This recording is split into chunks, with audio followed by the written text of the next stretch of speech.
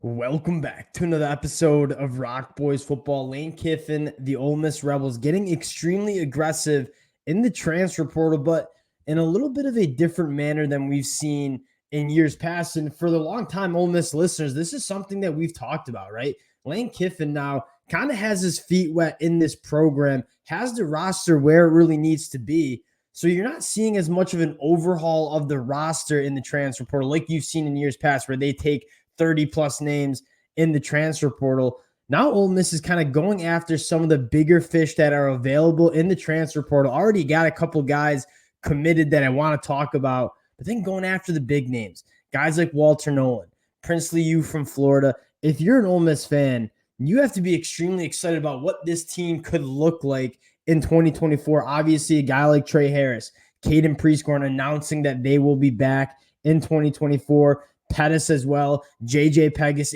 This is an Ole Miss team that we've kind of talked about is slowly closing the gap in the SEC. And you look at the structure of this team in 2024, especially with the 12-team playoff coming into effect. This is probably a team that I'm looking at and saying, I would not be surprised if they wind up in the college football playoffs next year. I want to talk about a few of the top targets that are trending to Ole Miss and then recap a couple of commitments we haven't yet talked about. Before we do, just want to say thank you to you guys and a huge shout out to the Ole Miss fans. This has been just an extremely fun program to talk about the last couple of weeks. The amount of support you guys have shown the boys really does mean a lot. This is one of my favorite parts of the season in terms of roster construction and balancing out high school recruiting using the transfer portal. Really do appreciate the support you guys have shown the boys. If you do enjoy the content, you enjoy the updates, consider subscribing to the channel. Without further ado, let's get into some of the names that are getting thrown around, right? We have Lewis Moore committed, Tavon Nicholson committed, Chris Paul committed. We already talked about Chris Paul. We'll talk a little bit about Tavon Nicholson and Lewis Moore, two guys that I'm pretty familiar with as a Big Ten fan. But I first want to talk about the big targets that Ole Miss is going after. And we got to start off with the number one player in the transfer portal. That's Walter Nolan, the defensive lineman, transferring from Texas A&M, former five-star recruit. And you take a look at why Ole Miss looked like they were closing the gap in 2023. I think it largely started with that front seven for Ole Miss looked different in years past. And many of you guys have heard me talk about this. That was an SEC caliber front seven. And going back to Lane Kiffin's first couple years in Oxford, that's not really what we had. So you add a guy like Walter Nolan, who's extremely good against the run, extremely good in terms of rushing the passer from that inside. You talk about, and it's hard to find true difference makers on the inside of the defensive line. Walter Nolan would be one of those guys. And you're going up against heavy hitters, right? The Oregon Ducks got the first visit. Ole Miss is going to get the second visit. And I think the mere fact that Ole Miss is getting Walter Nolan to campus tells you about where they stand in terms of the Walter Nolan sweepstakes. And how wild is that? I mean, if you were told me a couple of years ago, Lane Kiffin's going to battle for a top wide receiver, a top quarterback, I'd say, yeah, that probably makes sense. Ole Miss being a main competitor for the most coveted defensive prospect in the transfer portal, that's something that we probably wouldn't have predicted a couple of years ago. And I think that tells you about where this Ole Miss program is going. And not only Walter Nolan, but now there's a lot of steam picking up for Princely U coming from Florida. And Walter Nolan, a true difference maker on the inside.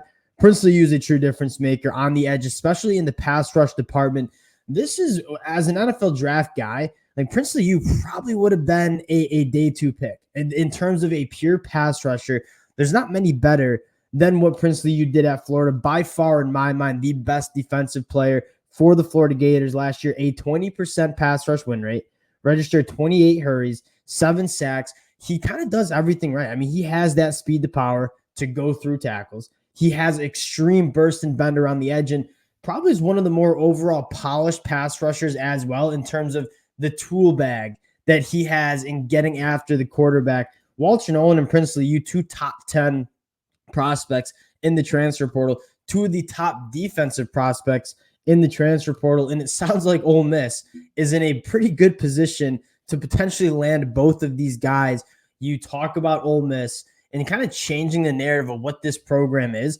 This is going to be a defense that could potentially be extremely good in 2024. really exciting. Now, I want to kind of buzz a few guys that we haven't gotten a chance to talk about. And obviously, we got a guy like Juice Wells, who it sounds like Ole Miss is in a pretty good spot for, a couple other names. But let's talk about the guys who are committed. Now, we talked Chris Paul. He is, was listed as the number one linebacker in the country, and for a good reason. Just kind of a linebacker that finds the football, can go sideline to sideline, extremely good tackler. Ole Miss fans in the SEC probably pretty familiar with Chris Paul. His name gets called a lot during games because he's making a lot of tackles. A guy that Ole Miss fans maybe not as familiar with, and that is Tavon Nicholson, coming from Illinois. And doing my prep for Illinois heading into this year, this was the guy that a lot of Illinois fans were extremely excited about. And they lost a lot of guys to the NFL draft last year. We had some question marks about their secondary. Tavon Nicholson was that dude. He's listed as a top 10 cornerback in the transfer portal, according to 24/7 Sports, and he's extremely battle-tested. And that's probably what you like the most. And to give Ole Miss and their defensive staff a lot of credit, they've been really good evaluating talent in the secondary, going back to last year's transfer portal haul. Like, a lot of those guys that they brought in through the transfer portal were really good football players for them in 2023. So you're trusting the evals in terms of grabbing guys in the secondary in the transfer portal. And a guy like Tavon Nicholson, extremely fluid athlete. But the thing I love most is what we kind of said, battle tested, faced 57 targets last year as a full-time starter for Illinois, played in a lot of different ways. You saw him in the slot, you saw him in the boundary, and only gave up 31 catches. I think that's one of the most important qualities for a cornerback is, yes, we care about traits, the size, the length, the speed, but having a guy that's shown that they can do it at a high level in the Power 5 conferences, that's what you care about the most. And Tavon Nicholson certainly has shown that for Illinois, and he's going to come to Ole Miss with a ton of experience. Now, the next guy I want to talk about, and a guy that I think is a super underrated addition for Ole Miss, and going back to the Big Ten, and Lewis Moore. And what I love most about Lewis Moore is he is the ultimate utility piece in the back end. And this is a guy that played 233 snaps in the box last year for Indiana, 353 snaps as a free safety, kind of that back end safety. You can line him up wherever you want. He can play the nickel. He can play a box safety role. He can play a deep safety role, doing a lot of different things. Really good against the run. Only missed 9.5% of his tackles, had 83 tackles on the season, 3 forced fumbles, 3 interceptions. He is a guy that's going to make big plays, whether he's stripping the ball out, whether he's getting hands on footballs, whether he's intercepting footballs, whether he's making tackles for a loss. Lewis Moore, in a college football landscape where you're trying to get as multiple as you can in your defenses and all sorts of kind of different personnel packages and different looks that you're going to give opposing offenses, having a guy like Lewis Moore you can line him up pretty much anywhere you want on the football field is something that I think Ole Miss was really intrigued with. And they go out and get a guy that he commits last night, Monday night. Not many people are buzzing around talking about.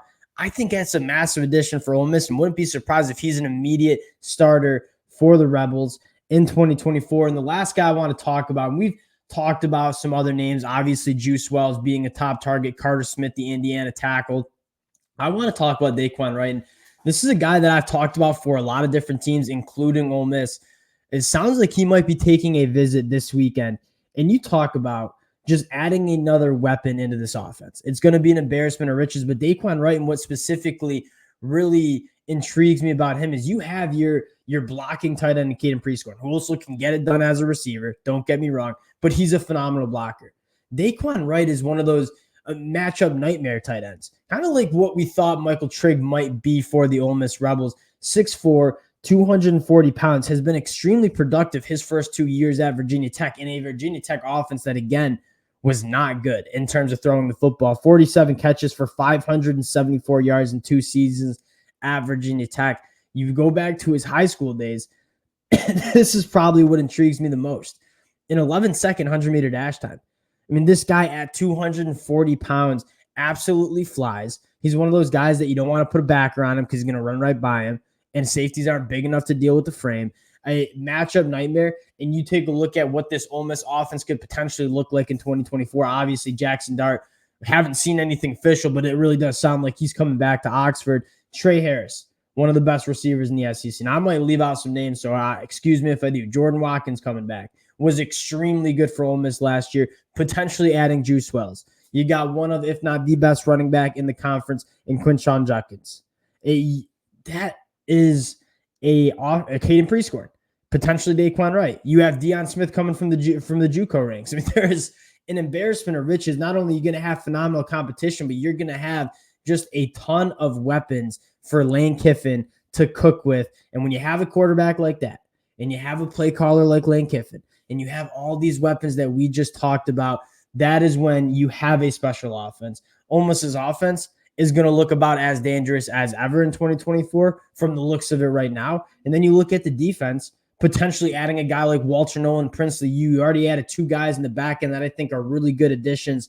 Chris Paul, an all SEC caliber linebacker. This is right now on paper, it looks like a top 12 team in the country to me. I thought Ole Miss was kind of a legit top 15 team in the country last year. A lot of people thought they were overrated. Regardless of what you thought of them last year, this is a team that was good last year. It seems like it's going to be better in 2024. If you're an Ole Miss fan looking at that 12-team playoff, looking at the SEC championship, like this is a team that, I mean, it's closing the gap. And if they can land some of these guys, and no doubt that's a Lane Kiffin selling point, is we are closing the gap in terms of being a top competitor in the SEC. Really exciting time for Ole Miss. Wanted to hop on, give you guys some of my takes. Again, Ole Miss fans, appreciate all the support you guys have shown the boys. If you do enjoy the content, consider subscribing to the channel, and we'll talk to y'all later. Peace.